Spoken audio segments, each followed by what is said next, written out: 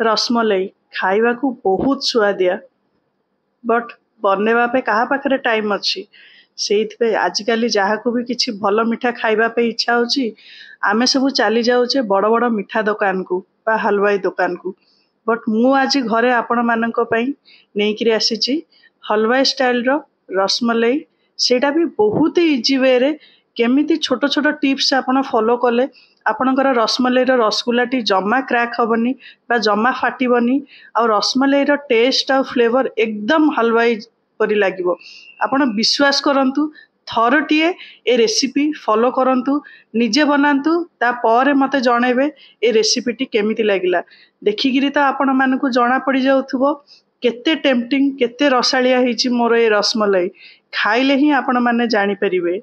चलंतु ताले डेरी न करिकिरी आजिर रेसिपी रसमलाई स्टार्ट करिबा।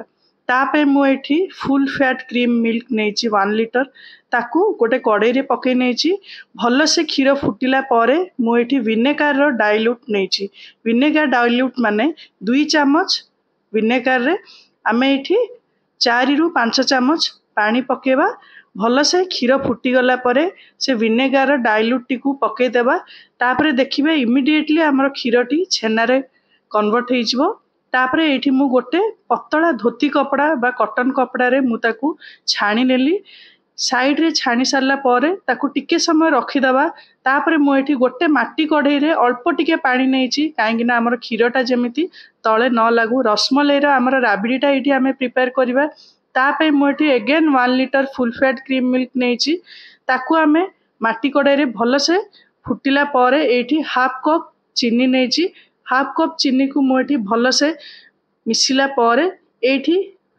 हाफ कप मिल्क रे किछि केसर स्ट्रिंग्स 8 रु 10 टी केसर स्ट्रिंग्स को गरम क्षीर रे मुझे सोक करिकी रखी नेथिली ताकू पके नबा कौन पे कहीं रसमलाई मेन कलरटा केसर रु आसे आ फ्लेवरटा भी बहुत बढ़िया आसी थाए तापर एठी देखंतु रसमलाई सबुठु मेन जिनस रोज वाटर 1 टेबल स्पून पकेली जा द्वारा कि ता फ्लेवरटा एग्जैक्ट हलवाई परी लागिवो तापर एठी आमे जो छेनाटी को छाणिकी रखिथिले कपड़ा रे बांधिकी रखिथिले से छेनाटी को मु एठी हाथ साहाय्य रे क्रम्बल करी नउची एबे आसला रसमलाई रसगुल्ला न फाटिबार मेन टिप्स एठी देखंतु मु एठी मिक्सर ग्राइंडर जार नेची छेनाटी को गोटे गोटे सेकेंड गैप देकिरी आमे 2 मिनिट जाए ताकू बुलेबा जा द्वारा कि आमे जो हाथ पापुली साहाय्य रे आमे 15 रु 20 मिनिट बा 25 मिनिट आमे ताकू भल से आमे मंथुथिले से टाइम टी आमर बंची जीवो आ आपनकर जो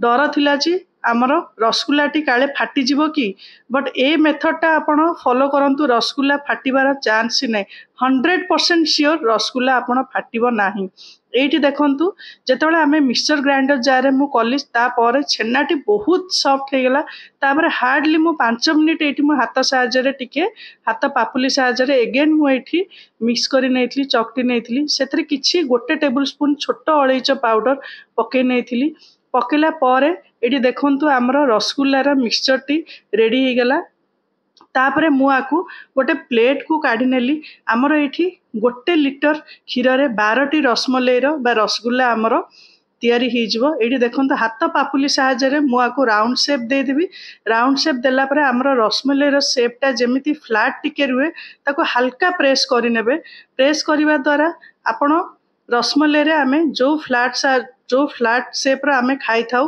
रसमलाई एकदम से फ्लैट शेप रे रसमलाई हबो आ मने रखिथिबे आपण जति की आकार करिथिबे तार डबल साइज हबो आमे जते बेलकु सिरा रे ताकू कुक करिवा तार साइज टी डबल हे जिवो सो आपण सेटा ध्यान रे रखिकिरी सेतिकी ही साइज करिवे छोट छोट गुळा करिवे बेसी बड़ गुळा करिवेनी काहेकि ना हमर कुक हेबारे भी प्रॉब्लम हबो बेसी बड़ बड़ गुळा कले एठी देखंतु मु छोट छोट गुळा ही करिची करिकिरी हाथ पापुली साहाय्य रे हल्का प्रेस करि नेछि हमर एठी देखंतु मु एठी जूम करिकिरी भी देखे नेली हमर एठी गुळा रेडी हे गेला 12 टी गुळा मोर एठी रेडी हिची तापरे मु एठी देखंतु 3/4 कप सुगर नेछि सेथरे 4.5 कप पानी नेछि प्रोपोर्शन एतिकी ही रखिबे अधिका चीनी पकेबेनी अधिका चीनी पकेले बहुत मिठा हो कहीं आमर राबड़ी रे ऑलरेडी मिठा पड़ी सो एथरे रसगुल्लाटा जब अत्यधिक मिठा करेंगे देन रसमलाई टेस्टा बिगड़ी जीव जमा भल लगे।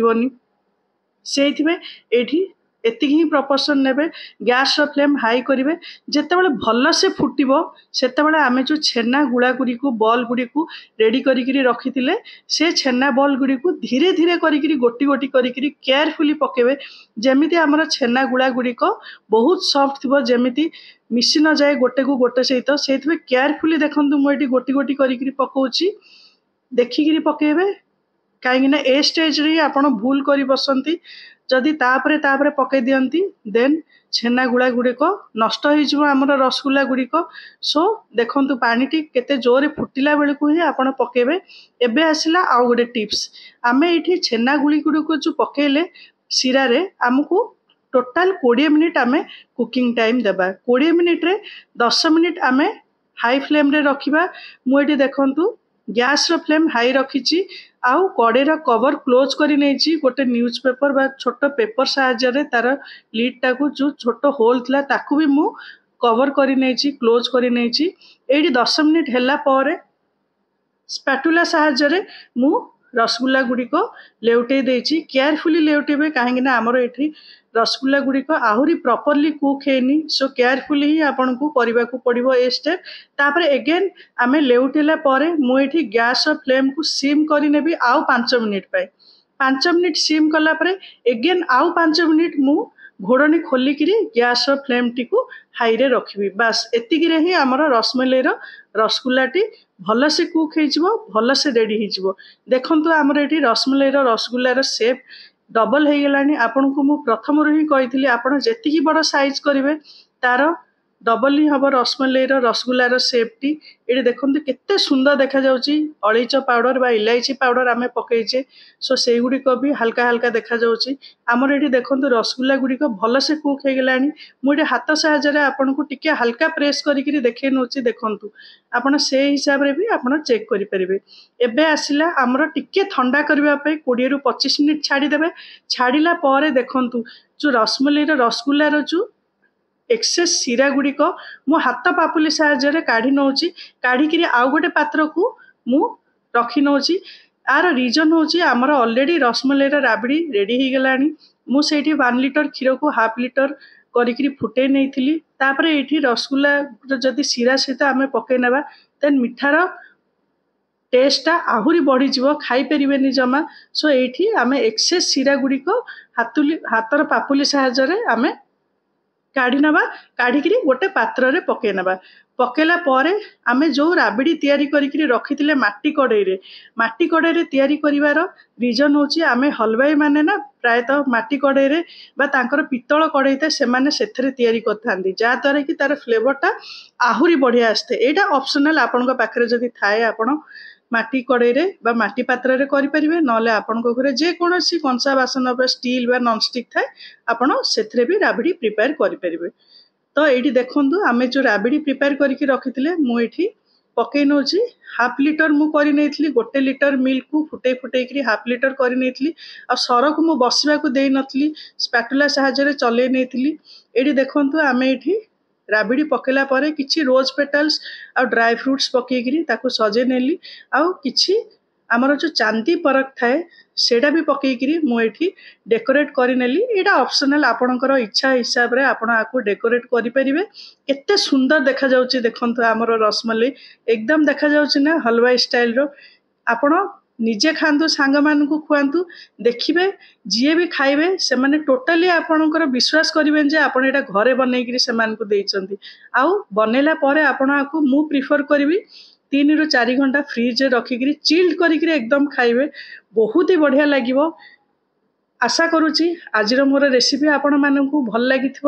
ଭଲ ଲାଗିଲେ ମୋ ଚ୍ୟାନେଲକୁ ପ୍ଲିଜ୍ ସବସ୍କ୍ରାଇବ୍ କରିଦେବେ, କମେଣ୍ଟରେ ଜଣେଇବେ ଆପଣଙ୍କୁ କେମିତି ଲାଗିଲା, ଲାଇକ୍ କରିଦେବେ, ଆପଣଙ୍କର ସାଙ୍ଗମାନେ ବା ଫ୍ୟାମିଲି ଫ୍ରେଣ୍ଡସ୍ଙ୍କ ସହିତ ସେୟାର ବି କରିଦେବେ। ଏଇଠି ଦେଖନ୍ତୁ ମୁଁ ଆପଣଙ୍କୁ ଜୁମ୍ କରିକିରି ଦେଖାଉଛି ମୋର ରସମଲେଇଟା କେତେ ଜୁସି ହେଇଛି, ଭିତରୁ ବି ଦେଖନ୍ତୁ କେତେ ଜୁସି ଦେଖାଯାଉଛି। ତାହେଲେ ସାଙ୍ଗମାନେ ମୋର ଏଇଟା ରାମନବମୀର ରସମଲେଇ ଥିଲା। ରହିଲି, ଟେକ୍ କେୟାର, ବାଏ।